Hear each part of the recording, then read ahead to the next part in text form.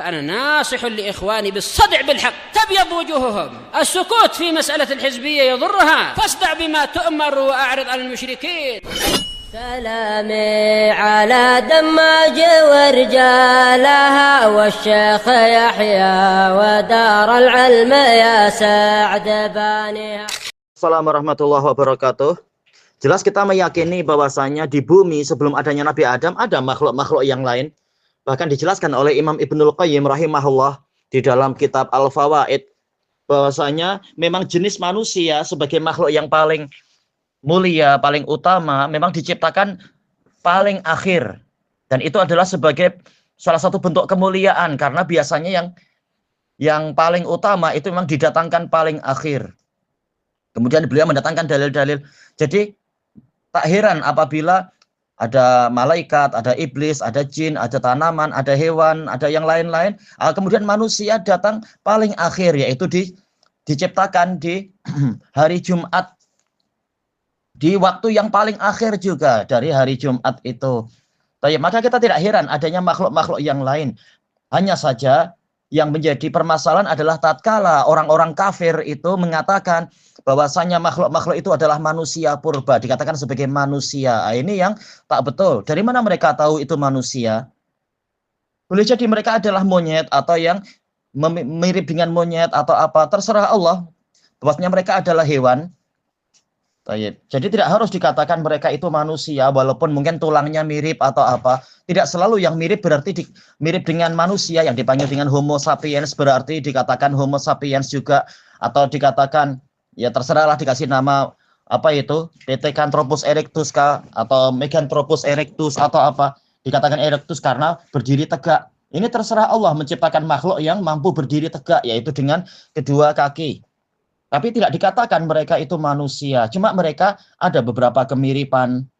Dan tidak diharuskan dengan adanya kemiripan berarti mereka itu adalah berarti nenek moyang manusia. Mereka tidak menyaksikan penciptaan manusia dan juga tidak menyaksikan penciptaan makhluk-makhluk purba itu. Sehingga tak layak untuk kemudian dikatakan bahwasanya manusia modern ini nenek moyangnya adalah yang tadi itu. Homo sapiens itu nenek moyangnya adalah Pithecanthropus lah atau Meganthropus lah atau apa yang mana kemudian kalau dilanjutkan ditarik ke belakang lagi ternyata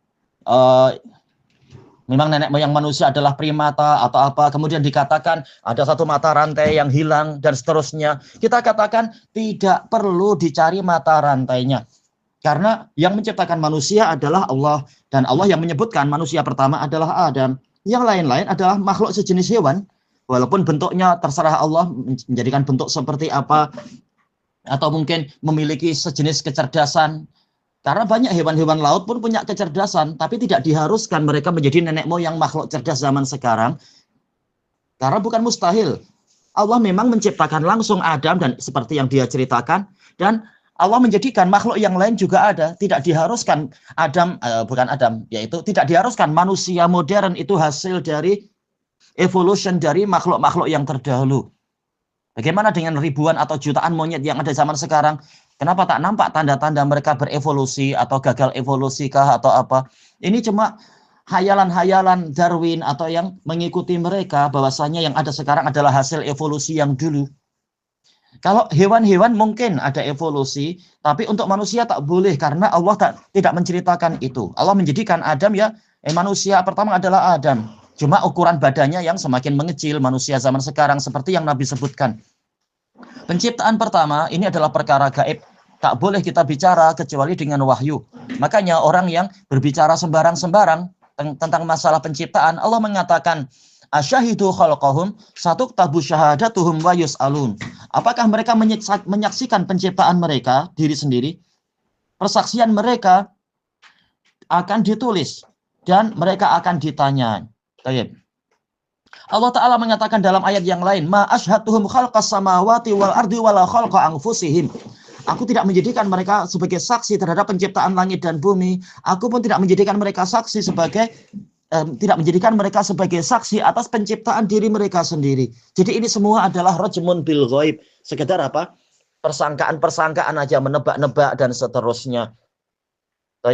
Jadi masalah fosil-fosil ada, memang fosil ada. Masalah makhluk-makhluk yang disebutkan ada.